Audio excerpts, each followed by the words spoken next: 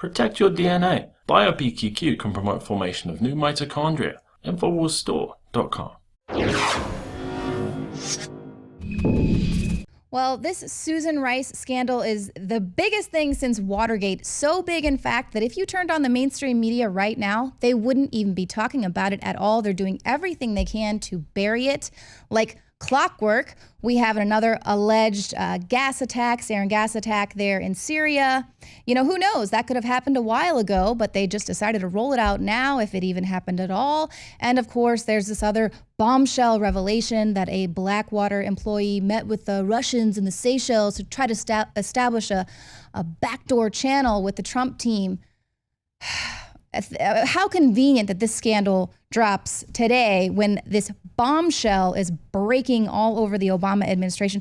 I'm going to pull a Don Lemon, and you know what? I am going to ignore your news altogether because it is fake news and it doesn't need to be broadcast over our airwaves because it shows fake news. So we're going to move on to the latest real news here with this border battle. We will have a little bit more on Susan Rice coming up with Mike Cernovich, who actually forced that story out into the mainstream media, by the way. He broke another huge story here on the Alex Jones Show today. You're not going to want to miss. It might explain why the media is scrambling to bury the story, why they actually chose to sit on it for a few weeks, according to him. But again, back to this border battle. So we've got the former border commissioner telling Congress today that illegal immigration is actually down 67% under Trump. So that is incredible. Now, the Washington Times tried to get confirmation on those numbers from Customs and Border Protection. But they say, you know, a drop anywhere close to the 67% figure cited would be stunning, suggesting that the early steps the president has taken to free up the agents to actually enforce immigration laws at the interior and the border, and of course this promise to build the wall, has deterred tens of thousands of would-be crossers. Down 67% as the same this time last year. I mean, that is incredible. And on that wall, contractors who are actually putting in bids are now bracing for a very hostile environment. Protesters are going to be there on both sides of the wall. More than 500 companies so far have bid to build the wall, and some of these contractors have expressed concerns for their safety. Michael Evangelista Isasaga, he's the chief executive of the Pena Group here in Fort Worth, Texas. He said he's received about a dozen death threats since publicly expressing interest in bidding, including one from a woman who said she's going to hire a private investigator to trail him. And this contractor said, you know, he wanted to do his part because building a wall is imperative. He wants broad immigration reform, and securing the border, building that wall is a prerequisite for anybody who wants to obtain citizenship here legally. And he knew what he was getting into, and he said he wanted to be a productive part of the solution here. So a lot of interested companies are actually expecting a violent backlash, and they're asking the government if some Border Patrol agents are going to come to their aid immediately, if they'll rush in if they find themselves in a hostile attack. They're also asking if their employees will be able to carry firearms in states with very tight gun control restrictions. So far, officials have said that the Border Patrol and local police are going to establish a buffer zone around the construction sites if that's necessary. And the San Diego Police and the Sheriff's Department, they're going to respect everybody's constitutional rights as long as they're peaceful, law-abiding protesters there. But again, very interesting to note that the wall is being built in the 100-mile Constitution-free zone. So it'll be very interesting to see how those constitutional rights are respected there at the border wall. But let's move on now to a story that is incredibly important to tell. It's noteworthy, not just because of the brutality of this story, but the viciousness that was committed by illegal immigrants was actually committed by illegal immigrant gang members. And these are MS-13 gang members who are moving away from the coast, and they're now moving to these rural areas to commit these crimes. And you guessed it, sanctuary cities where they are being protected by these don't ask policies. Now, I was able to interview the investigative journalist who was able to tie all of this information together to say, you know what, this dead 17-year-old boy that you found face down in the dirt just so happened to be a victim of crime from the MS-13 gang members that they don't want to tell you about because this is an area where they're really trying to push for this open immigration. So this is my interview from earlier today with Jason Kessler. Take a listen.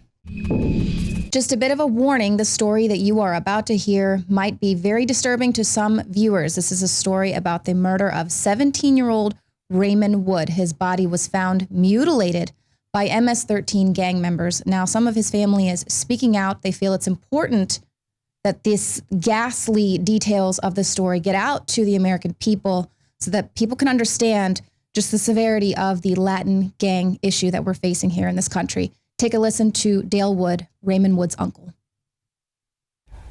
His hands were cut off. His throat was cut. His tongue was pulled into his throat. He was stabbed 16 times. Ran over 3 times. How do you do that to a child? How do you do that to anybody? It's just unbelievable. I mean, it's definitely not human. These are monsters.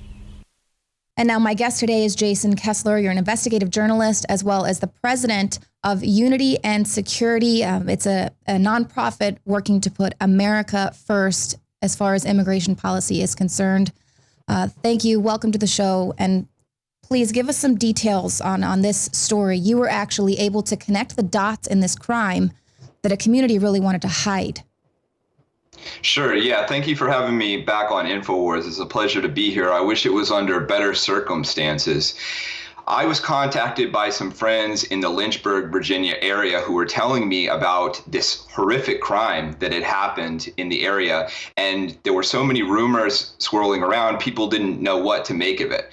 What had happened was a young man, Raymond Wood, only 17 years old, was found with face down in the middle of the road, Roaring Run Road, by police.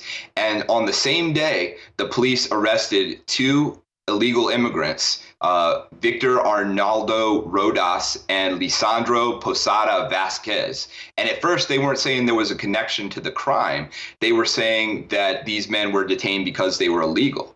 Then a third man, Jose Correa Ventura, was arrested, and they said that it was in connection to a murder in Montgomery County, Maryland, way back in July of 2016. This guy had been on the run. And in that case, MS-13 gang members had lured a young man into the woods using a woman promising sex. And when the young man got into the rural area, they stabbed him 40 times. So all 3 of these men were then connected by immigration's custom enforcement to the MS-13 gang, which is El Salvadoran. It was originally started in Los Angeles, but now it's international, and sometimes they're guided by the Mexican cartels. So I think what sets this story apart from the deluge of rapes and murders happening to American citizens by illegal immigrants is just the brutality that was described by this uncle of the deceased. According to him, he said that Raymond's hands were cut off. He said his throat was slit. He was stabbed 16 times, ran over 3 times, and then they pulled his tongue through his neck in what's called a Colombian necktie. It's supposed to be a very brutal type of murder that sends a message to anybody that they do business with or anybody in the drug world that they have to be feared and respected. And this is a 17-year-old boy who, I don't know anything about him, but it's pretty hard to think that he's really involved in gang-related crime there. So why do you think there was, why do you think people were attempting to maybe cover up the connection between the gang members and this gruesome crime? Or why do you think there is such a hesitation? Well, first of all, as far as the motive goes, the police have confirmed that it was narcotics related. So I'll let that speak for itself, that, despite whether people are involved in narcotics whatsoever, they don't deserve to have this kind of fate. Mm-hmm. And we need to protect American citizens from people who are trying to do this. But I think that the people the good people of Bedford County and of Lynchburg and rural Virginia, they wanted this to get out. They were lighting up the Facebook message board saying, hey, somebody's got to do something.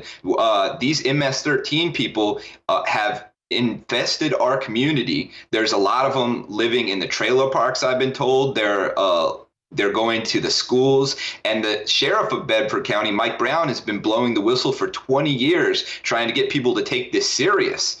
And so I hope this will be the incident that opens their eyes.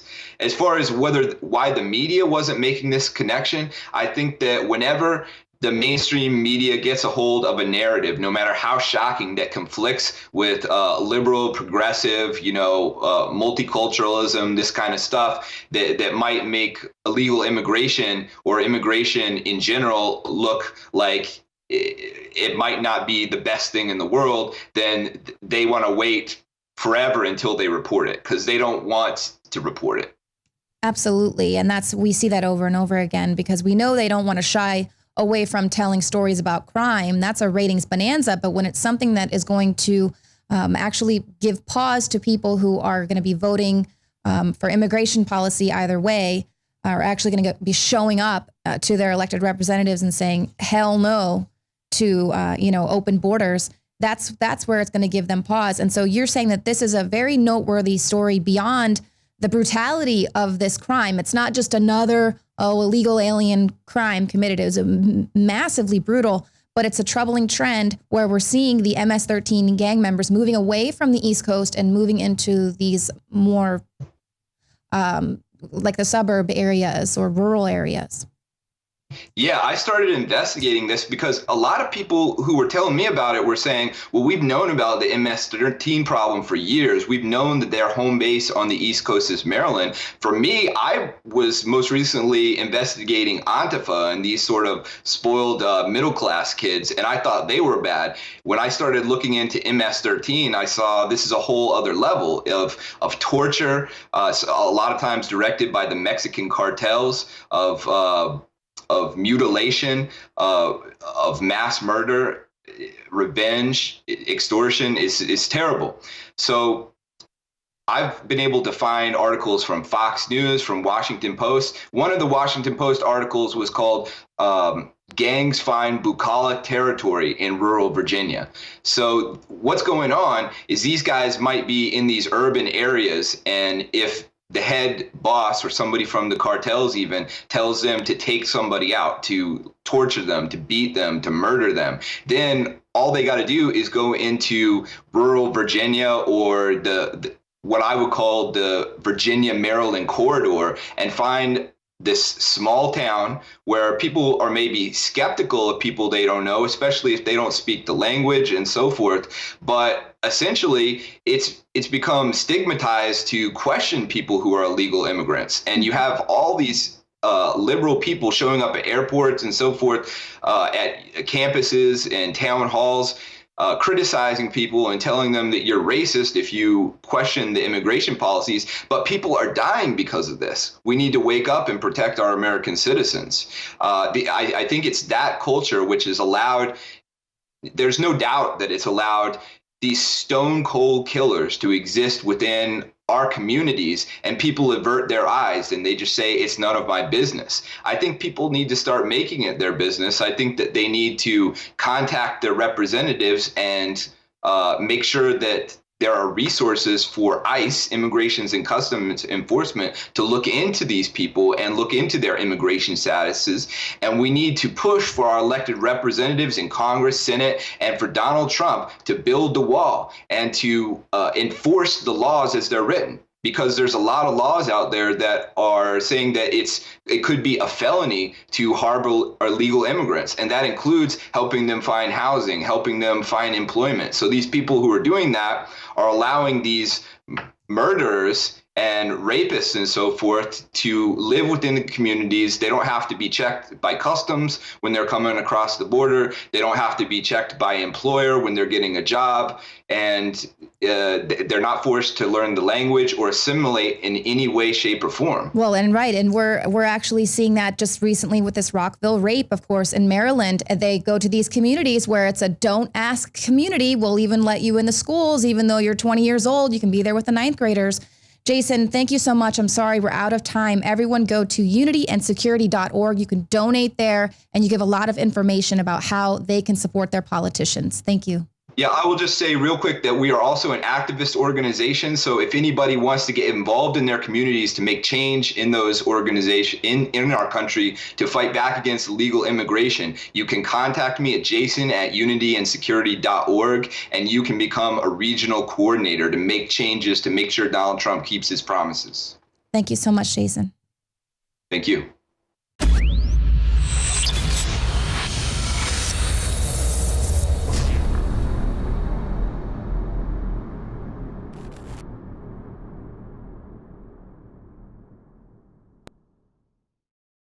Infowars has partnered with Defender Body Armor to bring you a new state-of-the-art line of advanced, highly tested body armor from InfoWarsStore.com. Defender Body Armor is certified to protect against all handgun rounds and even armor-piercing FN 5.7 pistol rounds. The secret to Defender Body Armor is its proprietary processing technology that disperses more kinetic energy at a rate higher than any other traditional body armor, using one of the strongest synthetic materials ever created, called ultra-high molecular weight polyethylene. Defender Armor is also super compact and lightweight. There's a reason the Department of Defense chose Defender to manufacture their new line of advanced lightweight armor. It works. Defender Body Armor is made right here in America and has received the highest level ballistic resistance certification from an authorized NIJ ballistic laboratory. Defender Body Armor is now available through InfoWarsStore.com, so you can defend yourself, your family, and finance the info war against the globalists all at the same time. A total 360 win.